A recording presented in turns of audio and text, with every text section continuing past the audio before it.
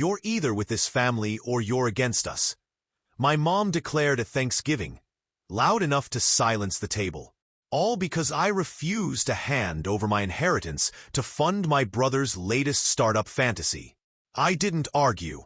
I simply stood, grabbed my keys, and left. By the next morning, their mortgage, credit accounts, and business funds were frozen. One email.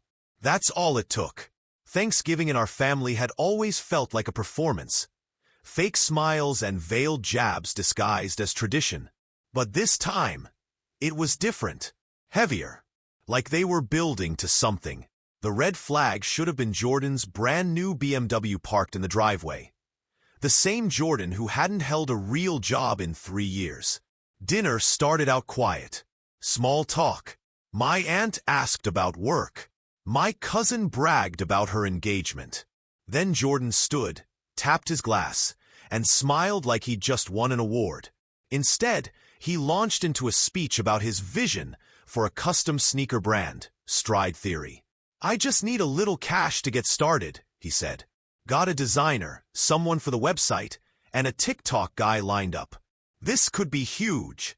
And then, the real reason for dinner surfaced. No investors yet, he said, looking at me. But this family's always supported each other. And now that you have Grandpa's money, it just makes sense. You're stable. You can afford to help.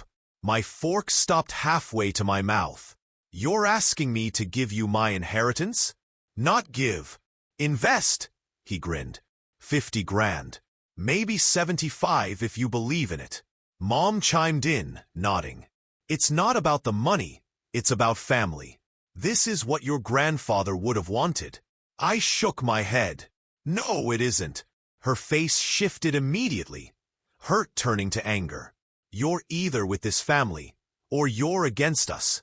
I scanned the table. My dad looked down. My aunt sipped her wine. My cousin avoided eye contact. Jordan shrugged smug. Mom leaned in. After all we did for you, putting a roof over your head, helping with your job search, you'd rather hoard your inheritance than help your brother succeed? Still, I didn't raise my voice. I just got up, slipped on my jacket, grabbed my keys, and left. No one stopped me. No one even spoke. But what they didn't know was that I had been ready for this. That money wasn't just sitting idle. It was protected by legal clauses and a cautious grandfather who'd prepared for moments like this. By sunrise, their financial safety net would begin to crumble. I woke up early. Not out of necessity, but anticipation. I wanted to be fully awake for the fallout. Missed calls. Dozens of texts. Voicemails piling up. Well, Dad, Jordan. A few extended relatives suddenly remembered my number too. Amazing how quickly silence turns to panic when the money stops flowing. By 7 a.m., the family mortgage was locked for verification. Dad's line of credit? Frozen, flagged for suspicious activity. The business account tied to the landscaping company, aka the family ATM, was paused for an audit. All of it done legally. Quietly. No drama, no warning. I didn't even need to explain. The trust included a clause for this exact situation. If any beneficiary tried to manipulate or coerce, the executor could intervene. That dinner gave me everything I needed to act. Now I sat on my balcony, coffee in hand, as dawn spread across the city, watching the family chaos unfold through my buzzing phone screen. I didn't open the texts, didn't listen to the voicemails. I just let them pile up. Part of me wondered how long it would take for the reality to sink in. Not just the locked accounts, but the deeper truth.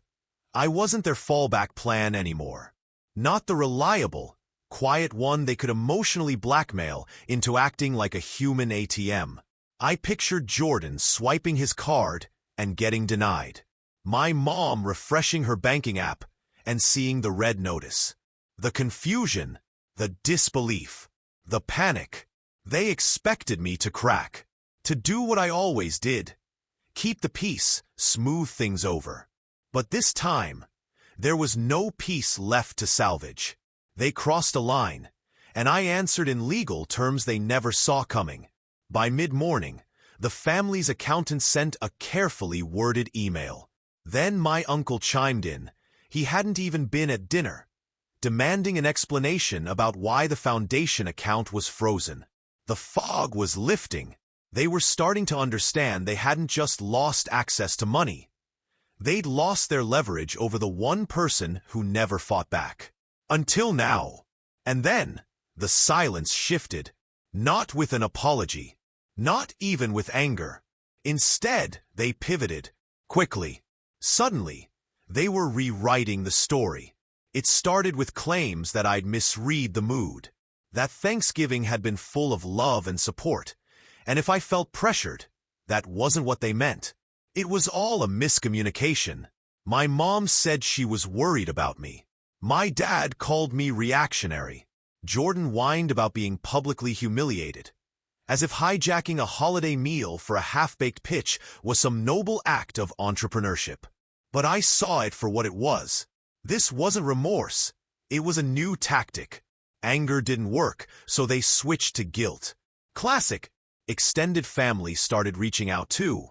People who hadn't texted in months, suddenly delivering monologues about unity, grandpa's memory, and how families shouldn't fall apart over money. They conveniently skipped the part where I was told to choose sides. They left out the silence that followed my refusal. They ignored the fact that I was shamed in front of everyone for not funding a vanity project. Now they were rewriting the narrative. I wasn't standing up for myself. I was the one who ruined Thanksgiving over a misunderstanding. But I had more than legal authority. I had memory. I remembered every time I bailed Jordan out. Every time I paid my parents' bills, only to watch them splurge on luxuries while claiming they were barely getting by. I remembered being the designated peacemaker, the one expected to never make a scene, to always turn the other cheek. And most of all, I remembered the final conversation I had with Grandpa. It was just the two of us, late one night. He told me he was disappointed in how things had turned out, that too many in the family had grown entitled, chasing shortcuts and appearances. He said people like me, the ones who work hard, stay quiet, and give until it hurts, only matter when they're useful. And when they stop giving, they're called selfish. That's why he left me in charge. Not to keep them comfortable, to protect what mattered. So no, I wasn't reversing anything. I wasn't apologizing for enforcing the lines they forced me to draw. They could spin their version of events all they wanted. Whisper, gossip, post cryptic things online. But they weren't getting a single dollar back. Not now. Not ever. By the end of the week, the calls stopped. That's when I knew. They were shifting to Plan B. Apologies were never their strong suit. Reinvention? That was their specialty. Sure enough, I saw it. A Facebook photo. Mom and Jordan smiling at the family home, standing in front of the porch like nothing ever happened.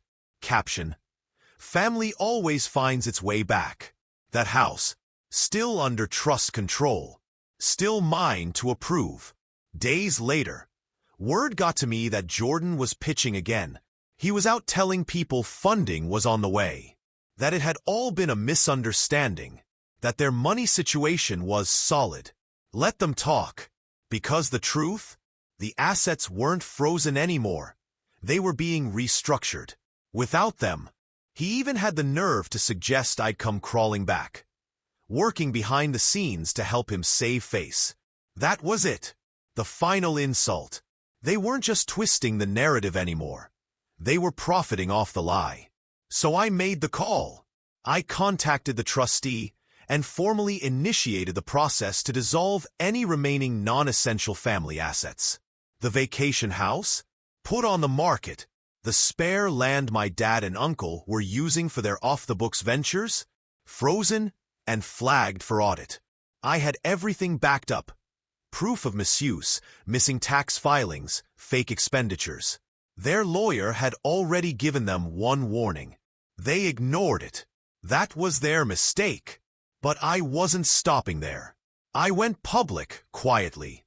One interview, a calm, measured conversation with a niche finance blog focused on generational wealth and family-run businesses. I didn't drop names. I didn't need to. Locals could read between the lines.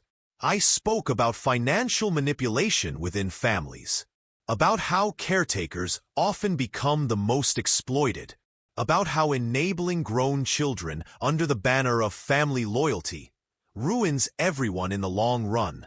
The article took off. People started sharing it.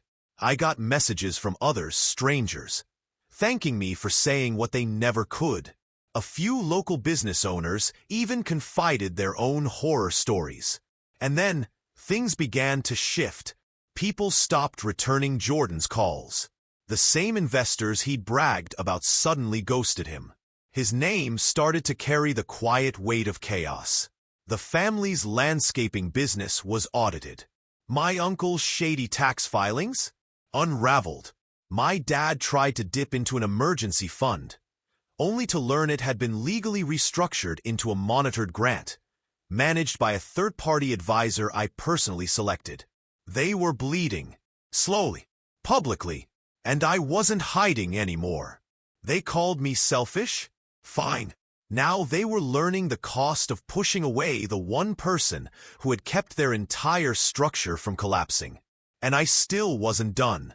By the end of the month, things fell apart.